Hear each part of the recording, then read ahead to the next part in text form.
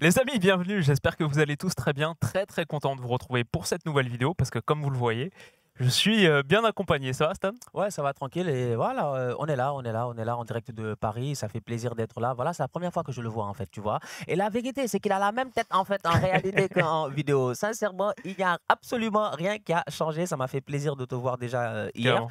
et tout et puis aujourd'hui, on est là pour parler football comme d'habitude, on a raté notre rendez-vous du jeudi. En fait, on est en retard là. Ouais, c'est vrai, hein.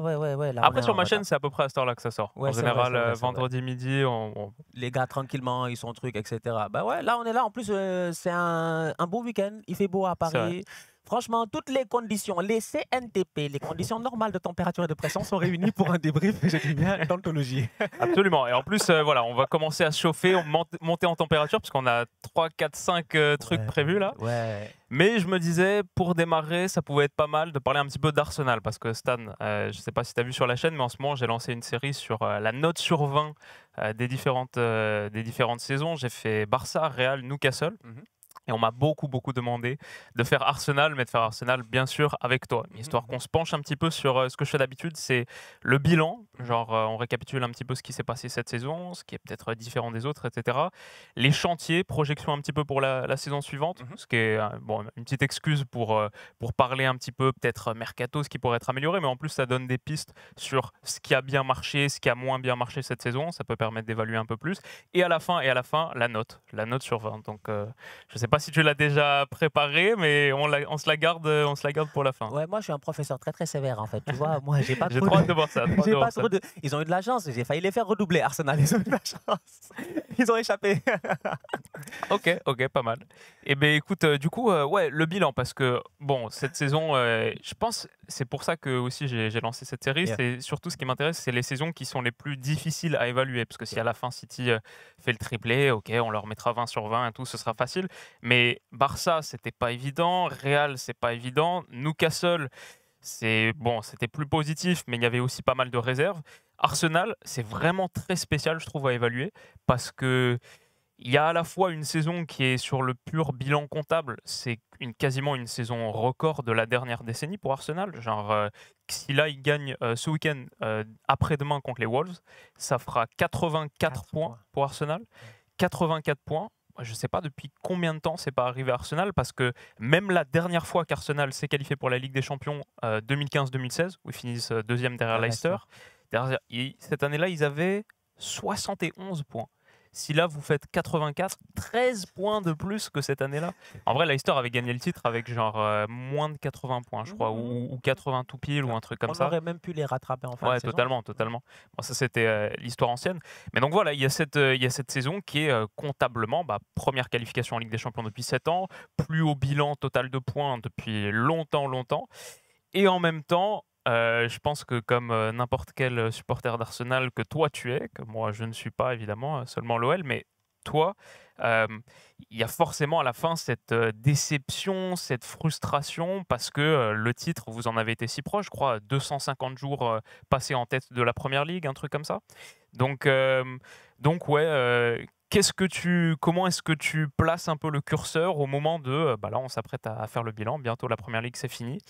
Ouais, c'est quoi tes sensations premières? Non, moi j'ai des mixed feelings, tu vois. Le Bah, ouais. problème, il est d'abord là, c'est que moi-même, je sais pas si j'ai chaud, je sais pas si j'ai froid, je suis Ouais. malade. Tu vois, c'est ça le problème. Non, non, là, franchement, c'est pas bien. Non, mais franchement, tu me poses une question à laquelle je dis bien la réponse n'est pas simple. La Ouais. réponse n'est vraiment pas simple parce que la vérité, c'est que si on prend d'un point de vue simple, on fait une analogie assez simple en fait, tu étais en sixième au secondaire et tu as fini, je sais pas moi, de sixième, cinquième, quatrième, troisième, t'as toujours été dans les mêmes ranges, toujours été 14e, 15e de la classe, peut-être sur 30 élèves, etc. Donc, tu es là, quoi. On sait que tu n'es pas un tocard, tu n'es pas dernier, tu redoubles pas, mais tu fais pas partie des premiers non plus, tu vois. Et c'est un peu ça que a vécu Arsenal. Et out of nowhere, tu arrives en seconde, tu viens, et de la seconde à la terminale jusqu'au bac, tu es premier de la classe. tous les profs sont là, ils te regardent, ils sont comme, mais attends, c'est pas lui qui a Mm, 3-4 ans en été. Et c'est ça, Arsenal. Moi, c'est le feeling que j'ai en fait, de me dire qu'en début de saison, on a des high expectations. Ok, fair enough, parce que tout supporter a des high expectations. Toi, tu pensais que vous alliez aller en Ligue des Champions avec Lyon et tout, parce que vous aviez peut-être pas Je grand-chose sais pas à si je jouer. pensais ça. Tu Je sais pensais pas. pas ça? Bon, je sais pas. Je te dis, les fans du Barça, ils étaient là en Je train crois que de tu nous dire. mettais 7e Ouais. au début de la saison, un Ah, truc comme ça, donc, malheureusement. ouais, donc tu vois, chacun a un peu ses trucs. Il y a des gars, ils ont cru que voilà, ils allaient peut-être au Barça, je pensaient que en Ligue des Champions, ça allait être intéressant cette année avec Lewandowski qui arrivait. Donc, Ouais. tellement de choses qui se passent en début de saison. Tu as beaucoup de hype. Je regardais cette équipe-là, le recrutement a été pertinent. Le recrutement est bon. Tu prends Jesus, tu prends Zinchenko, tu prends des joueurs en fait qui ont gagné. En fait, le pédigré de ces joueurs-là, pour moi, a apporté énormément de plus-value durant cette saison-là. Parce qu'on a ramené des gars qui ont une mentalité de vouloir gagner, en fait. C'est pour ça que j'ai dit qu'à la fin de la saison, à un moment donné, on a tellement été haut, on s'est tellement vu gagner, on s'est tellement vu très très proche du sommet. Quand Zinchenko, il vient, je pense qu'on est en janvier ou en février, et que Zinchenko, il vient, il dit que moi j'ai parlé aux gars dans le vestiaire en début de saison, je leur ai dit, yo, il y a moyen, hein, il y a moyen de le faire, on peut être champion en fait. Ça, c'est parce que c'est un gars qui est dans un vestiaire où c'est un vestiaire de champion. La preuve, ils nous ont fait une accélération au mois d'avril qu'on n'a jamais vu venir en fait. Donc ça montre à quel point tu as un aspect mental qui s'est rajouté à cet effectif-là. C'est ce mental-là qu'on n'avait pas, c'est pour ça que la saison passée, on perd face à Newcastle, à Tottenham, à 4 journées de la fin et qu'on ne va pas en Ligue des Champions. Tu vois, cette année, on l'a eu et ça a tout changé. Et c'est pour ça qu'à la fin, je suis déçu. Parce que pour moi, 84 points, comme tu as dit, en fait, tu gagnes le titre quand? Franchement, tu gagnes le titre quand et comment? Mais 84 points, si tu n'es pas champion, tu es quoi en fait, tu vois? Donc pour moi, dans ma tête, franchement, je me considère un tout petit peu même champion d'Angleterre. Juste un peu. Mais franchement, juste un peu, parce que 84 points, la réalité, c'est que c'est un total de points qui est fantastique pour Arsenal et qui est quand même symbole et signe d'une grande progression. Je pense à la fin, on fera la note, le bilan, l'appréciation, moi, que je mets aussi à chaque fois, l'appréciation du prof, c'est... même si je comprends votre déception de la progression a été fantastique. Par contre, 84 points, c'est un total un peu bâtard parce que c'est un très bon deuxième, mais c'est pas suffisant pour être champion. Si tu regardes sur les dernières saisons, le titre de Première Ligue, il se joue soit dans les high 80s, 90s. soit dans les high 90s. Yeah. C'est les 87, ça semble être le minimum. Je crois Chelsea, l'année après Leicester, c'est 87 ou 88. Bon, il y a eu les City-Liverpool qui nous ont emmenés 98, 99, 100 points, etc. Donc 84, il manque sans doute. Là, City, ils vont être champions. Ils ont 89 actuellement. Manchester City, ils ont 89 points, donc c'est ça. Ils peuvent faire 92. Et ce ne sera pas le titre où ils auront scoré le plus de points non plus. Donc bref, la barre des 90, aujourd'hui, ça semble être un minimum pour un champion d'Angleterre. Et avec 84 points, c'est 2 défaites que tu dois transformer en victoire. Il y a eu bien sûr cette passe avec les matchs un peu gâchés, perdus sur la fin, etc. Donc qui vont rester en tête. Mais c'est vrai qu'il semble y avoir un petit peu trop d'écart. Bon, par contre, par rapport à la saison dernière, c'est une explosion sur le bilan statistique. Tu passes de quoi l'année dernière? Vous étiez quoi? Cinquième. Cinquième, juste derrière Tottenham. On a foiré à la dernière. On a foiré 2 journées avant. Voilà. On a foiré durant le mois de mai. Ouais. Et cette saison, Arsenal, c'est la deuxième attaque de Première Ligue, mais vraiment une robuste deuxième attaque. Je crois seulement une dizaine de buts derrière City, mais par contre une dizaine de buts devant tous les autres. C'est malheureusement seulement la 5e défense de Première Ligue, et je pense qu'il y a des trucs dont on va discuter là-dessus sur les chantiers. Mais sinon, voilà, sur le bilan comptable, c'est pas mal. Peut-être ce qui va enlever des points à la note à la fin, c'est que c'est une saison où on a senti à quel point Arsenal manquait de profondeur d'effectif, parce que même en ayant été éliminé de toutes les compétitions relativement tôt, et c'est ça qui va enlever des points aussi, c'est que tu n'as pas pu aller assurer un titre de Premier League, même en sortant de la FA Cup, deuxième tour contre City. Très tôt. Très très tôt. League Cup, premier tour contre Brighton. Très tôt. Et Europa League, 8e de finale contre le Sporting. Donc ça aussi, il y a 0 titre cette saison. Donc sur le bilan, ça fait mal. C'est une saison blanche et je trouve ça dommage parce que moi je pense que c'est un effectif qui aurait mérité au moins de gagner une cup, tu vois, sur le chemin. D'habitude, Arsenal, la FA Cup, c'est notre truc. C'est juste que là, on est tombé sur City et c'est dommage. Et City aussi, c'était un match qui était important pour eux parce qu'ils ont eu un peu l'ascendant psychologique à ce moment-là. Ils savaient qu'il y en avait 2 autres qui arrivaient. C'est pour cela que je disais la dernière fois, je t'en avais dit, je disais, bon, moi j'en veux un peu à la reine, quoi, parce que vraiment, ça a décalé tout le calendrier. Non, on devait jouer City en octobre. Vrai, on devait jouer City en octobre. Perdre face à City, je m'en fous en octobre. On va à la Coupe du Monde, on oublie.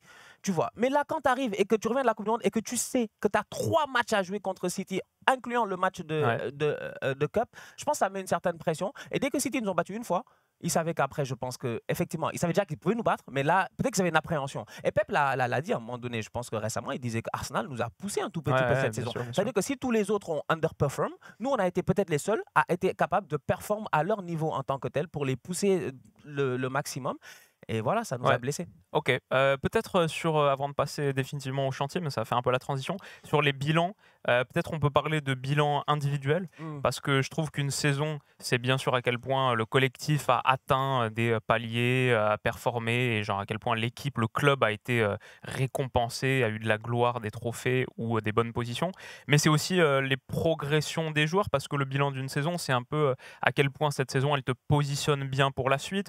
Je pense qu'Arsenal, une des histoires de cette saison, ça a été quand même le fait d'avoir trouvé une colonne vertébrale assez solide et d'avoir vu certains joueurs atteindre des niveaux de performance. Quand je vois par exemple que la charge offensive, elle est bien répartie, Mhm. 4 joueurs ont marqué plus de 10 buts, Mm. Odegaard 15, Odegaard la saison qu'il fait, Incroyable. la meilleure de sa carrière. À Mhm. ce niveau-là, Mm. franchement, c'est top niveau. Donc Mm. ça, tu as trouvé ton meneur numéro 10, Surtout 8, etc. qui est, ouais. avec le brassard.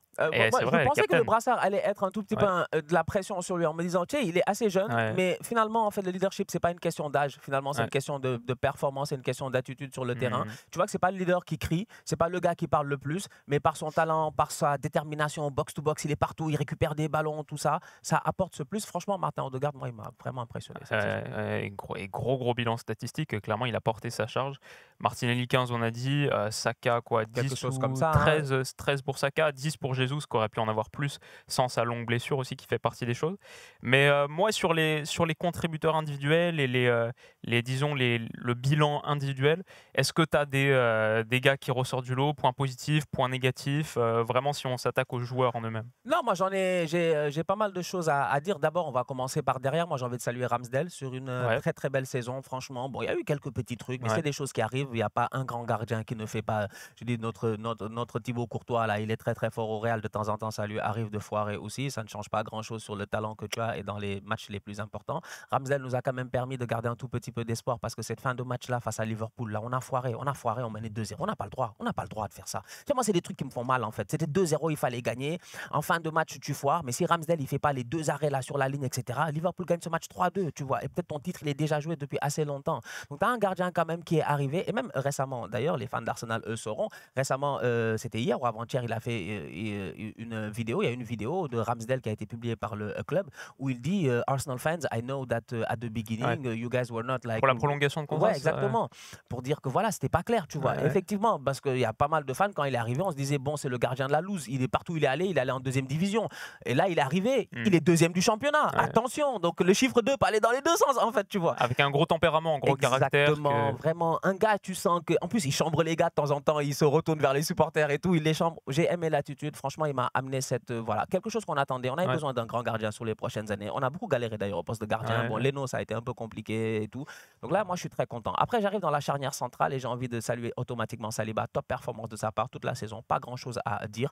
C'est dommage. Il s'est blessé et Ouais. automatiquement, on a vu les problèmes. Et là, derrière, tu te dis, OK, tu as ton Gabriel qui a évolué au courant de cette année par rapport à l'année passée. Maintenant, moi, jusqu'à présent, j'ai un contentieux, un problème avec les fans d'Arsenal. C'est normal, on est la même famille. Dans une famille, de temps en temps, on peut se disputer. Ça ne veut pas dire qu'on ne s'aime pas, mais on se dit de temps en temps des vérités qui peuvent faire mal. Moi, jusqu'à présent, je ne suis pas convaincu de Gabriel parce que je trouve qu'il a encore une marge de progression supplémentaire, que la Ligue des Champions, c'est encore plus difficile et que quand Saliba n'était pas là, je m'attendais vraiment à ce que ce soit lui qui soit le patron réellement, mais j'ai trouvé un équilibre qui n'était pas aussi fort avec Rob Holding. Donc aujourd'hui, moi, je me dis, je pense qu'il a évolué, mais il peut encore beaucoup mieux faire. Et il doit beaucoup mieux faire parce qu'il a signé un contrat l'année passée, donc il est là pour rester. Donc je regarde ça et je me dis, j'ai envie de parler de Benjamin Blanc. Excellent cette saison, tu vois. Lui aussi, il a été très très bon dans cette versatilité-là, que ce soit sur le côté. Et surtout, il nous a montré en tant que tel qu'il a cette qualité de jeu, cette qualité de passe-là. Les combinaisons entre Ben Blanc et puis Saka, c'était extraordinaire. Des petites passes, etc. Tu vois qu'il a cette vision-là. Zinchenko, j'en parle même pas. C'est un gagnant, comme j'ai dit tout à l'heure. Il arrive, il coulisse un peu dans le milieu, il t'apporte quelque chose. Granit Xhaka pour une dernière année. Possiblement, hein, parce qu'il va sûrement Hmm. partir, il n'y a rien à dire. Je pense que Chaka doit être un des gars les plus déçus en Ouais. fait de tout ce qui s'est passé. Surtout quand on regarde son historique, son parcours à Arsenal, là c'était l'occasion de finir sur un legacy beaucoup plus Ouais, positif, ouais. consistant. Ouais. Bah, c'est le cas en vrai, son image a été Non, non, on l'aime bien, hein. considérablement Non, franchement, on l'aime redorée bien. Granit, on l'aime par bien. rapport à une époque où il sort quoi, en jetant le brassard ou Oui, quoi. je me rappelle, il était fâché, c'était compliqué. La relation a été très compliquée avec les supporters pendant plusieurs années. Mais cette année, franchement, ce qu'il nous a apporté, son leadership, tu sentais qu'il avait vraiment envie de gagner. Moi, j'ai aimé Granit Xhaka après la Coupe du Monde avec la Suisse. Immédiatement, il est allé rejoindre le groupe, je pense qu'ils étaient aux Émirats Arabes Unis. Immédiatement, il est parti. Il est parti rejoindre le groupe et il a dit, c'est pas encore terminé, j'ai des choses à faire, j'ai une saison à terminer. Je me dis, il doit avoir mal en ce moment, c'est un peu dommage, tu vois. Thomas Partey, j'ai un peu la même chose aussi. Je me dis, tu vois, il y a un travail qui devait être fait. Donc, tu sais, quand tu me parles de colonne vertébrale, je dis, yeah, effectivement, tu vois, là, je suis en train d'énumérer mon 11, c'est parce que j'ai un 11, mais j'ai pas de Mm, banc. mm. J'ai pas de banc parce que, effectivement, tu l'as dit, on a été éliminé très tôt de plein de compétitions. On aurait dû être capable, je dis bien, d'aller un peu plus loin, normalement, on aurait dû être capable, excuse-moi, de tenir tête à Manchester City parce qu'à un moment donné, on avait un match par semaine, en fait, tu vois. Mais on n'a pas réussi à le faire parce que dès qu'on a eu des blessés dans l'équipe type, ça a été très compliqué de trouver des gars qui soient aussi solides, en fait, qui soient capables d'amener cela. Il y a eu Trossard qui est arrivé en janvier, nous a beaucoup aidé. Rhys Nelson est sorti de banc de temps en temps. Apparemment, on va renouveler son contrat, on va voir ce que ça va donner. Mais bref, quand je regarde cette équipe-là, offensivement, j'ai rien à dire. Les boys ont fait le taf. Je pense qu'il n'y a pas beaucoup d'équipes qui peuvent dire que tes 4 joueurs offensifs ont marqué tous plus de 10 buts. Moi, personnellement, comme je dis, je suis très heureux et très content de l'évolution qui a été faite par rapport à la saison passée, tu vois. Il y a Most vraiment improved player pour toi? j'ai envie de dire que mon most improved player, alors si je réfléchis, ouais, moi je pense Martinelli. Je pense Martinelli, quoi. Parce que la saison qui me fait, moi, personnellement, en début de saison, j'étais un peu. Tu sais, moi, c'est ce que j'ai dit des fois. Moi, des fois, je ne suis pas trop dans les émotions donc, par rapport à mes joueurs et Ouais. tout. Donc, j'essaie d'être avec le plus recul possible. Je me dis, est-ce que Martinelli est-ce qu'il est him? Is he him en fait? Est-ce qu'il est prêt à vraiment prendre le truc? Cette saison, il nous l'a montré. Franchement, dès le début de la saison, il a été excellent. Et en plus de ça, moi, j'aime bien tout ce qu'il apporte dans son jeu. Tu sens qu'il est très intelligent. Il a compris tactiquement. C'est pas un boy qui court, c'est pas un mouton quoi. Parce qu'il y en a trop. Des fois, on voit des boys là, ils sont là, ils ont cru que c'est le football, c'est pas que de la vitesse. La vitesse est un atout. La vitesse n'est pas un talent ou n'est pas la Une fin en finalité. soi. Non, n'est pas là. C'est juste un atout en fait. Tu peux être lent comme Busquets et puis tu vas faire une carrière extraordinaire. Donc Martinelli, moi j'avais un peu ce Martinelli là qui prend le ballon face à Chelsea, Kanté qui glisse, machin, il court, il truc. Alors que là, cette saison, ça a été différent. On a vu un Martinelli tactiquement très très intelligent qui a su très bien combiner avec ses coéquipiers. Et à la fin, il a claqué des buts très pertinents. Donc ouais, moi je dirais Martinelli, franchement, c'est le boy qui, je pense, cette saison, moi, je suis d'accord quoi. Maintenant, moi, je Ok, suis d'accord. donc une zone forte en plus, parce que si on considère Martinelli, Trossard qui est arrivé aussi, c'est sans doute l'endroit où il y a peut-être moins besoin de renfort pour Arsenal. Parce que du coup, ma question c'est comment est-ce qu'on build from there? Je pense que l'histoire d'Arsenal sur les dernières années, c'est celle d'une progression étape par étape. Et je mettrais personnellement d'ailleurs dans les motifs de satisfaction quand on fait le bilan, ce qui a bien marché, ce qui est positif, ce qu'on retire vraiment de 2022-2023 et on se souviendra de 2022-2023 comme étant cette saison-là, c'est la saison de la confirmation d'Arteta, qui à un moment était... Tu vois, quand il y a le début de la saison dernière où il y a l'enchaînement de défaites, après tu finis 5e, il y a un moment où Arteta c'était un peu là. Je pense que cette année, entre ce qu'on a vu avec le documentaire Amazon Prime et derrière cette saison où pendant longtemps il est leader, il s'est clairement imposé comme étant une des figures de proue de la Première Ligue, une des têtes, un des visages de ce championnat, le plus qu'étant simplement le disciple de Guardiola, potentiellement pas loin de prendre les devants, de prendre les dessus, même si c'est pas ce qui s'est passé in fine. Et du coup, ça pour moi, c'est le symbole d'une équipe qui a vraiment pris de la consistency, qui a vraiment pris plutôt de la consistance, quoi, de l'épaisseur, et qui s'est affirmé. Et là, il y a une base maintenant avec laquelle travailler. Alors qu'avant, et tu vois, par exemple, hier, je faisais une vidéo sur Manuel Ugarte au PSG. Tu vois, Ugarte, s'il arrive au Paris Saint-Germain, effectivement, il n'y a pas de base au milieu. Il n'y a pas de chose sur laquelle s'appuyer, à partir de laquelle tu peux construire. Il y a tout à reconstruire. C'est le désert, c'est le zéro. Arsenal, c'était un peu la même situation il y a quelques temps où tu avais très peu de stabilité, de solidité en mode ok, ça c'est une conviction, ça c'est une certitude, à partir de ça je vais pouvoir construire. Tu en avais très peu. Aujourd'hui tu en as. Aujourd'hui tu en as sur plusieurs postes, sur la manière de jouer. Il y a des principes qui sont clairs, compris et il y a une vraie stabilité sportive. Aujourd'hui, comment est-ce que tu passes le next step? Quelles sont les choses que tu fais pour passer de 84 points potentiellement à 94, aller en chercher 10 de plus, être compétitif même sur les compétitions les coupes, quoi. Et si tu dois cibler 2 ou 3 chantiers prioritaires sur cette intersaison, ça peut être des postes, ça peut être autre chose, une question de mentalité, ajouter peut-être, je veux dire peut-être ajouter un plan B tactique, parce qu'Arsenal très fort sur son plan A, Oui, quand il a fallu inventer un plan B, trouver une nouvelle tu vois. Et après ça vient peut-être avec d'autres joueurs aussi. On a vu Man City cette saison développer un tout autre plan, une toute autre approche, parce qu'avec ce numéro 9 d'extrême profondeur, tu peux faire des choses différentes. Tu peux jouer long, alors qu'avant il ressortait que court. Donc voilà, quelles sont les choses que tu veux voir, qui ne sont pas encore là aujourd'hui à Arsenal, que tu veux voir sur la saison prochaine? Non, moi je pense que tu as. Déjà à la base, je me dis, tu as un recrutement à faire qui est très très important. Là, tu vas récupérer assez d'argent, donc il va falloir être très très smart avec cet argent-là. Il ne faut pas le dilapider et ne pas investir sur des joueurs qui peut-être n'auront pas ce même rendement-là. Moi, je pense que la première chose que j'ai à dire à Arsenal, la première chose que j'aurais à dire, c'est à un moment donné, j'ai besoin de joueurs, si on les recrute, quel que soit le poste avant d'arriver sur ça, qu'ils soient performants dès la première saison. Moi, j'en ai marre des boys là qui arrivent. Après, ça leur prend 2 ans pour s'acclimater, machin. Donc, on n'a plus le temps de s'acclimater. Willou, faut pas m'énerver. Hein. Willou, on est quoi aujourd'hui? On est vendredi. Je suis arrivé mercredi. J'ai fait 7 heures de vol. J'ai le décalage horaire dans le corps. Je suis fatigué, ça se voit. Je suis cerné et tout. Mais je suis là. Je suis en pleine forme. Parce qu'en fait, quand tu as un boulot à faire, tu le fais. Donc, moi, je ne peux pas comprendre comment Thomas Partey, ça lui a pris autant d'années avant de réussir à être compétitif. Cette année, il est au top, tu vois. Et donc, je me dis, j'ai besoin que l'année prochaine, si tu vas me chercher un autre milieu de terrain, parce qu'on en a besoin, on va d'abord commencer par le milieu de terrain. Pour moi, on a besoin de milieu de terrain. On l'a vu cette année, on avait une paire qui marchait bien, Partey et Xhaka.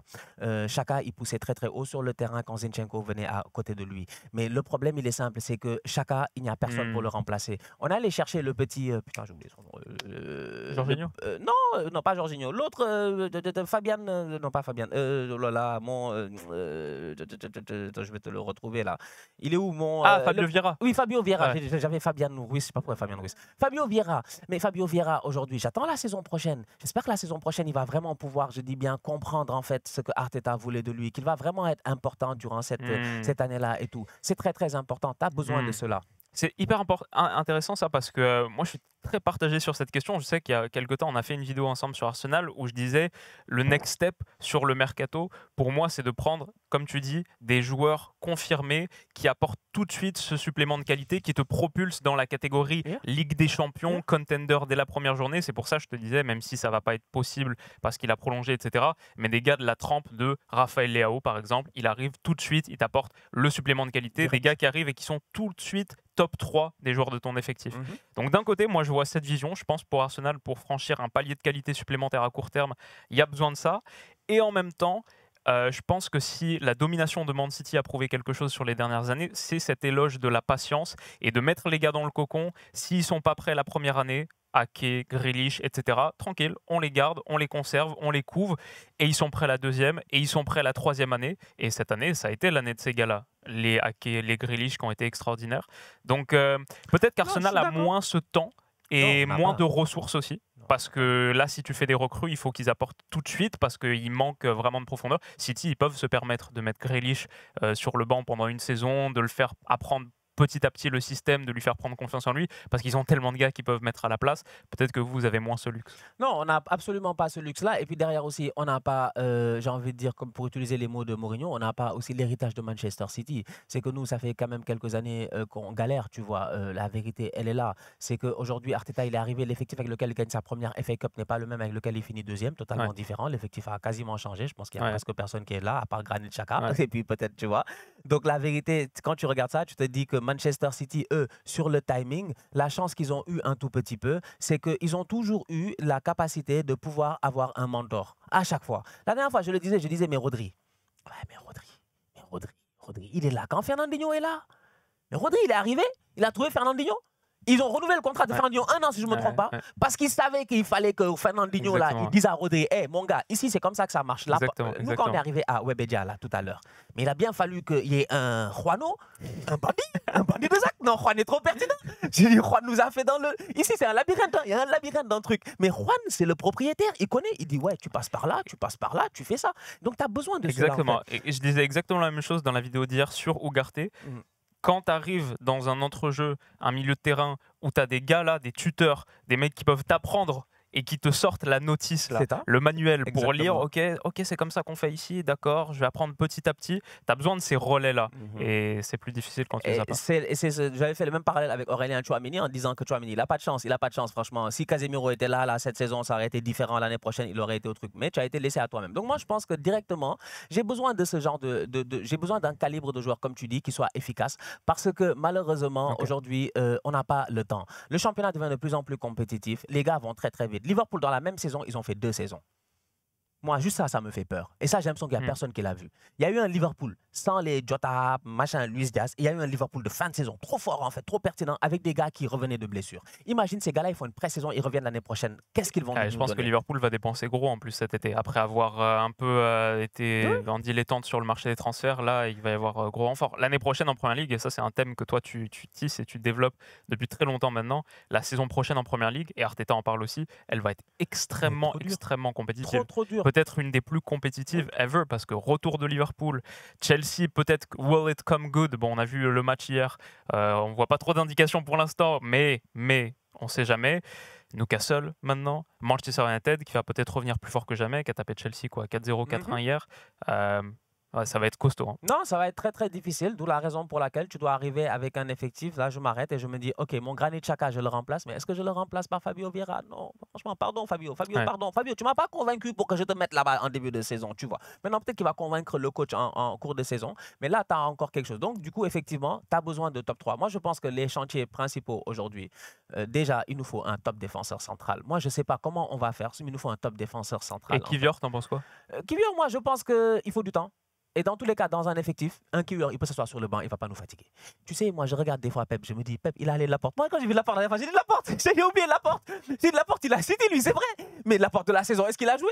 En fait, tu regardes ça, tu te dis, ok, il y a vraiment des gars qui sont là, qui sont assis, en fait, et qui attendent leur truc. Mais l'effectif est tellement compétitif que tu sais que c'est tellement dur de rentrer dedans, que tu sais que toujours tu dois avoir un certain level, en fait. Donc, tu ne vas pas être dans un confort. Et à City, bizarrement, personne n'est dans un confort. C'est ça que tu dois instaurer, je dis bien, à Arsenal. Donc, du coup, aujourd'hui, aller recruter des jeunes pertinents dans le futur, ça fait aucun sens. Toute ton équipe est déjà jeune. Mais c'est très intéressant à City ce qu'ils font parce que et les parallèles avec Arsenal sont forts, mais c'est personne n'est dans le confort et en même temps tout le monde est dans le confort parce que c'est un club confortable dans lequel être. Et tu sais quand tu signes, personne, même Erling Haaland, même Kevin De Bruyne, personne va jouer 35 matchs en Première Ligue. Ça va être 30 maximum. La rotation va se faire et tu vas avoir le temps de te reposer. C'est normal de ne pas être titulaire tous les jours. Si tu viens à City et tu signes et ton idée c'est je vais être titulaire tout le temps, non. Et Guardiola, il l'a dit en conférence de presse il n'y a pas longtemps. Il a dit, de manière très taquine comme d'habitude, il a dit, bah en fait, moi, début de saison, je suis allé voir mon directeur sportif. Je lui ai dit, est-ce que dans un des contrats, il y a écrit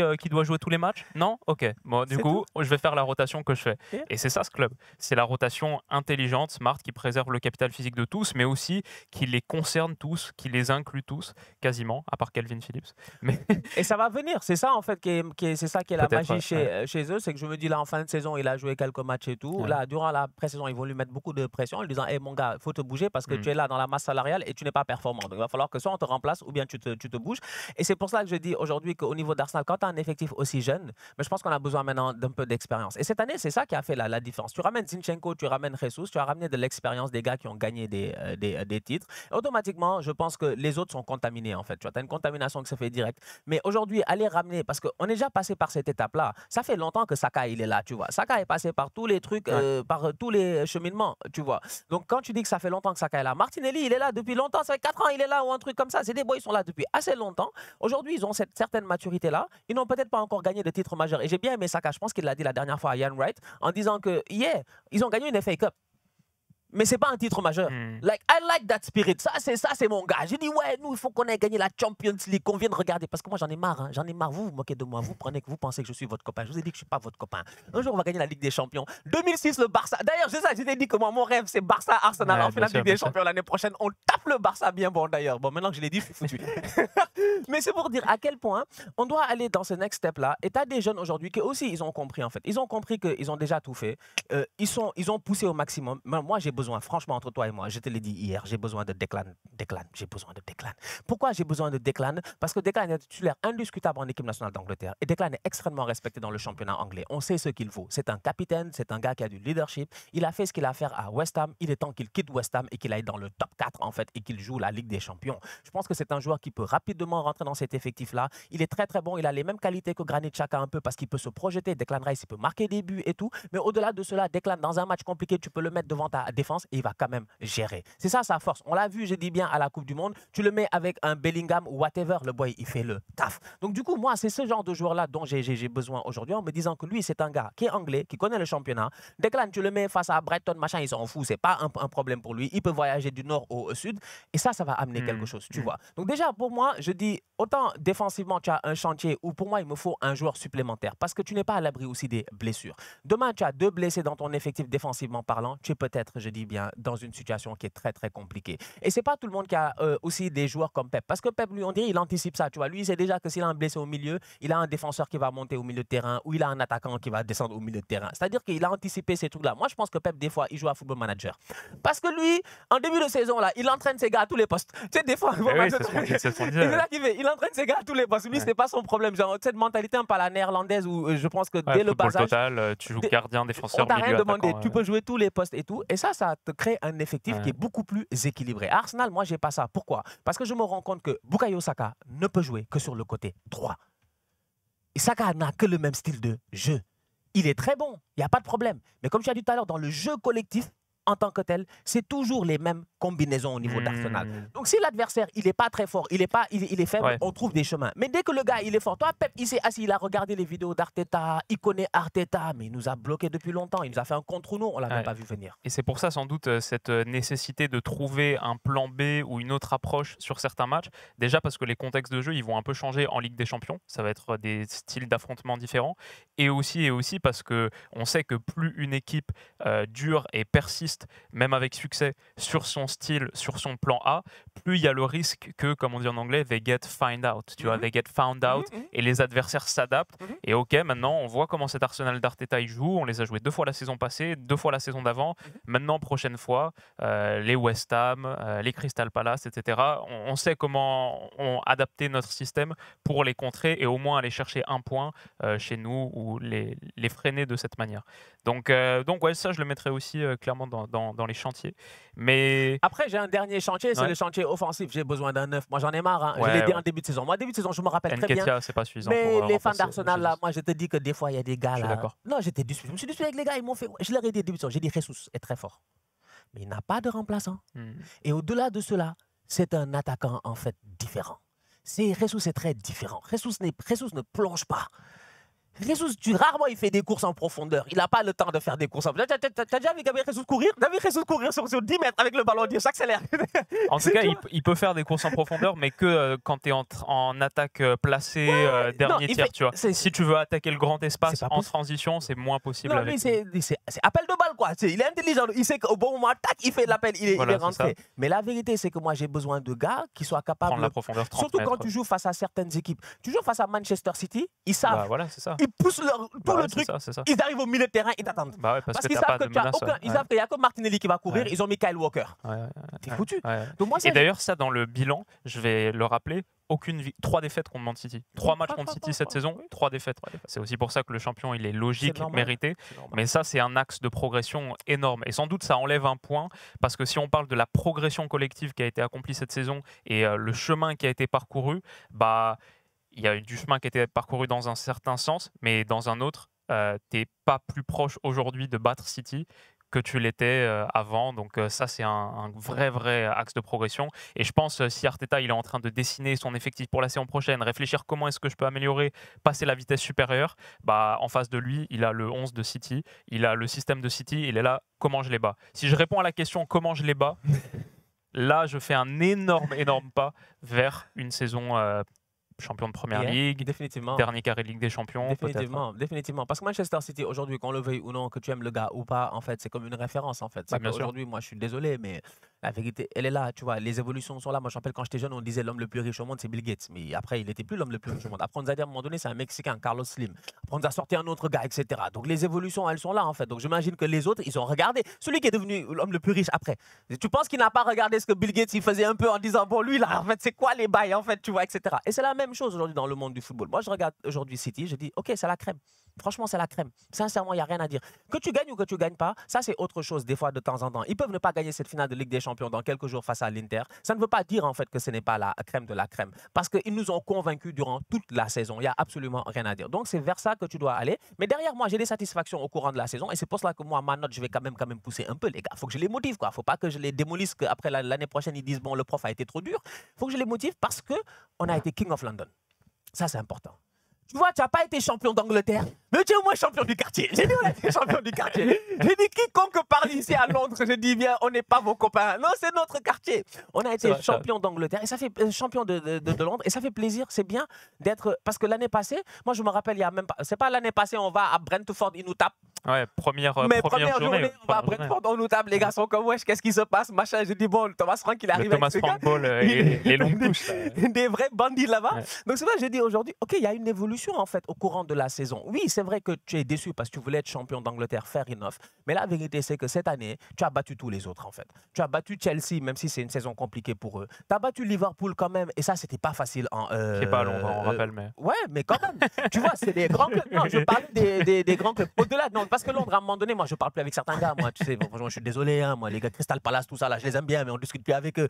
D'ailleurs, on leur a même prêté quelques joueurs pour qu'ils s'en sortent. Heureusement, on leur a prêté notre boy, là. Comment il s'appelle Purée, j'ai oublié son nom. Il y a un petit, là, qu'on leur a prêté en début de saison, si je ne me trompe pas. Attends, je vais te le retrouver tout de suite. Jesus, Marquinhos, Lokonga. Lokonga, on leur a prêté on leur a prêté Lokonga en janvier. Parce qu'il était là. Tu vois, Lokonga, il va revenir. On fait quoi?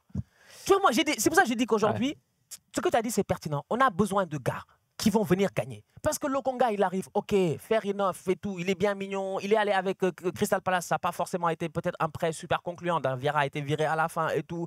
Donc, c'est des gars qui reviennent, tu dois les renvoyer en prêt sûrement, en fait, parce que tu ne peux pas l'année prochaine venir et dire, je vais jouer face à City. Quand Pep, même s'il est fatigué, il fait jouer Cole Palmer, tu vas avoir des problèmes, en fait. Non, franchement, tu vas avoir des problèmes. Donc, tu as besoin de ce step supplémentaire-là. Et donc, j'ai quand même envie de les saluer pour le fait d'avoir été dominant cette saison. Ça, c'est important. Le fait d'avoir été constant cette saison. On a foiré en fin de saison, mais on a quand même aussi des lacunes. Et les lacunes, on les connaît. Je pense que l'effectif d'Arsenal là, et je reste sur le même point de vue que j'avais dit l'année passée. L'année passée, quand on a fini 5e derrière Tottenham, j'avais dit qu'on avait overperformed. On avait surperformé. On ne pouvait pas finir 5e. Il n'y avait aucune logique qu'on finisse 5e, en fait. Pour moi, on n'était pas prêt, en fait, pour cela. Tottenham était beaucoup plus fort. Mais même les autres devant été beaucoup plus forts. Cette année, pour moi, je considère encore une fois, pour moi, qu'on a surperformé. Et le fait de considérer qu'on a surperformé, ce n'est pas mauvais. Parce qu'il y en a qui vont le voir directement comme non, machin, tout ça. Non. Parce que quand tu dis que tu as surperformé, tu sais que genre, tu dois encore faire beaucoup mieux. Et c'est là où on doit pousser encore le bouchon encore beaucoup plus haut et tout, et se dire qu'il y a moyen en fait d'aller titiller cette équipe, comme tu dis, d'aller chercher les 10 points de plus, mais il va falloir que le recrutement il soit sharp. Moi j'ai dit, c'est Declan Rice ou c'est Onana au milieu de terrain. Onana de Everton, pourquoi? Parce que le fait qu'il joue en équipe nationale de Belgique, qui s'impose là-bas en ce moment et tout, ça a même boosté sa confiance personnelle et ça se voit. Il va descendre peut-être en deuxième division avec Everton. Il n'a absolument rien à faire, je dis bien, en deuxième division, je suis désolé. Il faut qu'il quitte là-bas. Après, tu as besoin effectivement, donc comme on disait, d'un attaquant. Maintenant, le problème des attaquants, c'est qu'il n'y en a pas beaucoup sur le marché. Ça, c'est le gros problème.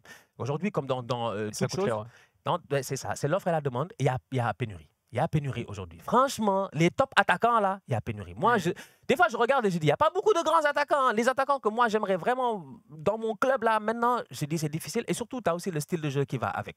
Tu vois, tu as besoin d'un attaquant qui puisse rapidement comprendre. Mais je pense que, moi, depuis Haaland, je suis rassuré. Parce que j'avais des doutes un peu en me disant, bon, Pep, est-ce qu'il ne va pas trop fatiguer Haaland dans les tiki-taka, machin? Mais tu te rends compte qu'il a construit un effectif à 10 plus 1. Et ça a marché. Moi, si Arteta a réussi à me faire un effectif à 10 plus un gars qui me met assurément, moi, c'est besoin d'un gars qui met 25 buts saison. C'est pas, tu es deuxième, mais tu n'as pas un boy qui a dépassé 15 buts. Et ton 15 buts, c'est Odegaard et puis Martinelli. Donc, tu peux faire beaucoup mieux, en fait. Tu as un gars qui peut normalement pas claquer 20. Bon, Jesus a été blessé 3 mois, effectivement. Bon, c'est des choses qui arrivent aussi. Donc, là encore, on s'est rendu compte qu'Eddie Nketiah, c'était trop light. Mais pour moi, il y a le chantier, je dis bien, au milieu de terrain. Il me faut un top milieu de terrain de calibre mondial, un attaquant de calibre mondial et un défenseur de calibre mondial. C'est pour moi, 3 recrutements même, ça me suffit. Avec peut-être les petits jeunes là que tu vas mettre de temps en temps, un bon équilibre, tu fais la bonne rotation. Et certains que tu as déjà. On a parlé de Kivior, par exemple. Donc, ouais. Et qui va continuer à jouer. En plus, en équipe nationale, il était à la Coupe du Monde, tout ça. Il va continuer à jouer, il va évoluer, il va prendre la confiance, ça peut aider. Alors, la note. Personnellement, moi, j'ai envie de dire, écoute, ça dépend. Système américain ou système... Il y a des systèmes. Sur 20. Sur 20. Alors, sur 20, moi, j'ai envie de dire que Arsenal, cette année, on a fait une saison, à mon humble avis. J'ai envie de dire, allez, 15 sur 20. Ouais. Moi, je mets 15 sur 20. Et pourquoi j'enlève 5 points? En fait, c'est simple, c'est parce que on a foiré un mois d'avril qu'on ne devait pas foirer. West Ham, Southampton, Liverpool. Ces 3 matchs, il y avait vraiment moyen. Tu mènes 2-0 face à Liverpool. Tu es mené 2-0 de tocard face à Southampton. Après, on revient à 2-2. On doit gagner ce match-là. En fait, en réalité, on a été bien meilleur qu'on était plus fort, mais on a foiré. Et le match face à West Ham.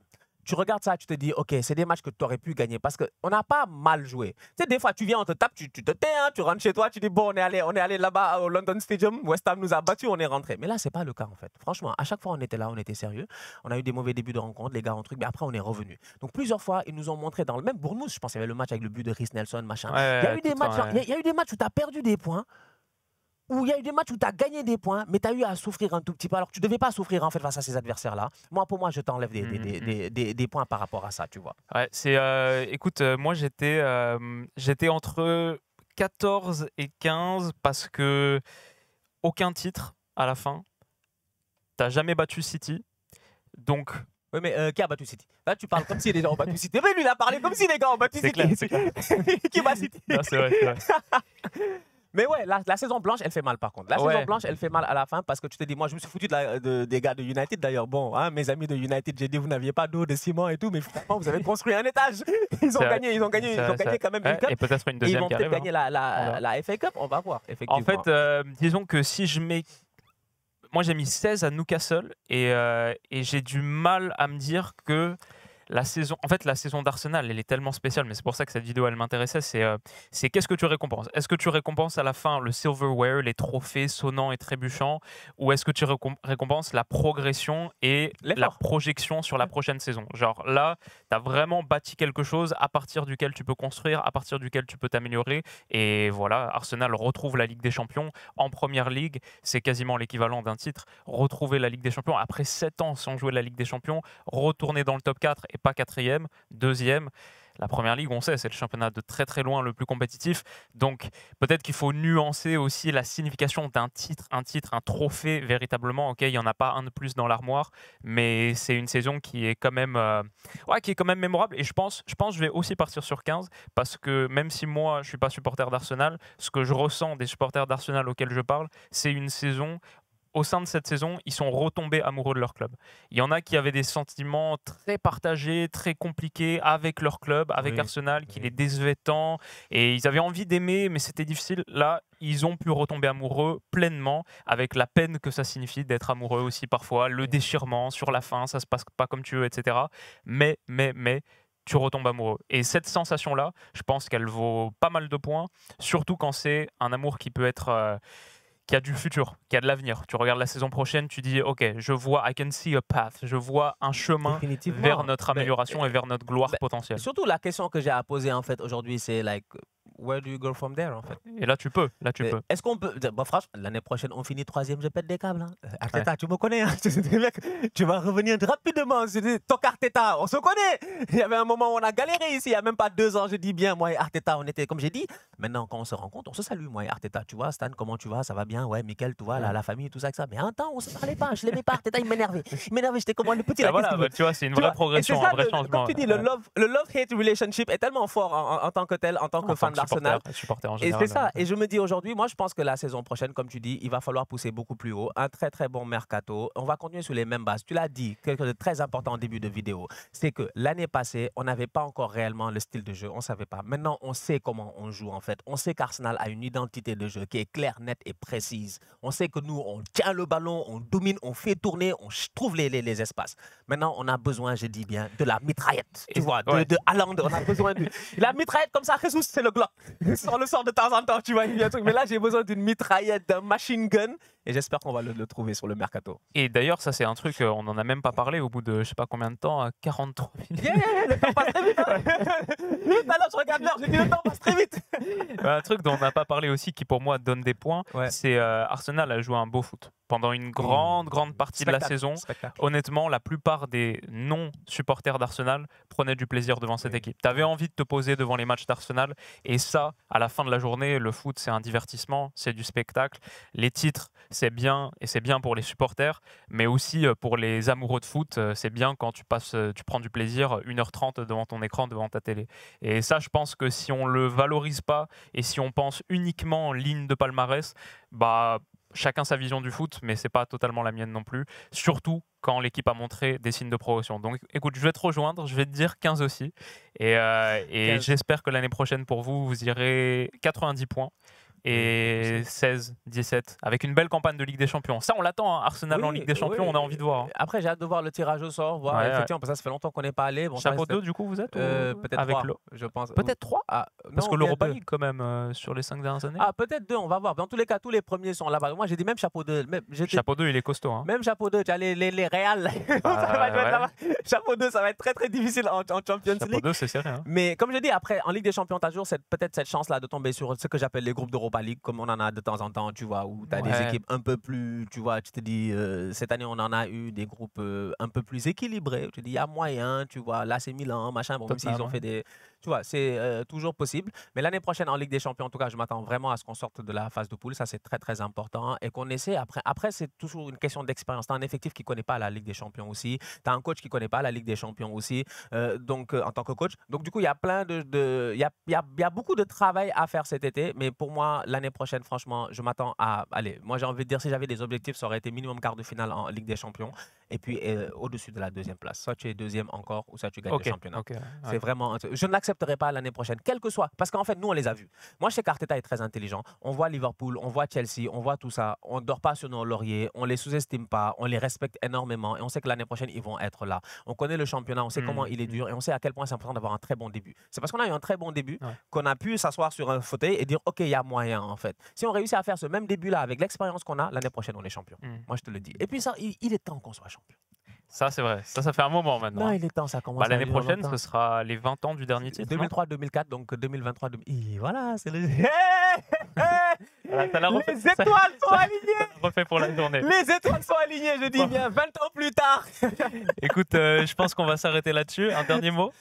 C'est tout. Écoutez, ça, c'est la première vidéo de plein de vidéos. Donc, du coup, gérez-vous. Franchement, vous allez avoir rafale de vidéos ce week-end, sûrement entre ma chaîne et la chaîne de Bilou. Donc, on se capte très, très vite pour le prochain sujet. Absolument. Les amis, dites-nous en commentaire ce que vous avez pensé de la saison d'Arsenal, la note que vous mettez sur 20, système français, et peut-être quel club vous voulez qu'on note ou que je note la prochaine fois. Voilà, dites-nous tout ça en commentaire, prenez soin de vous et on se dit à très vite. Bisous.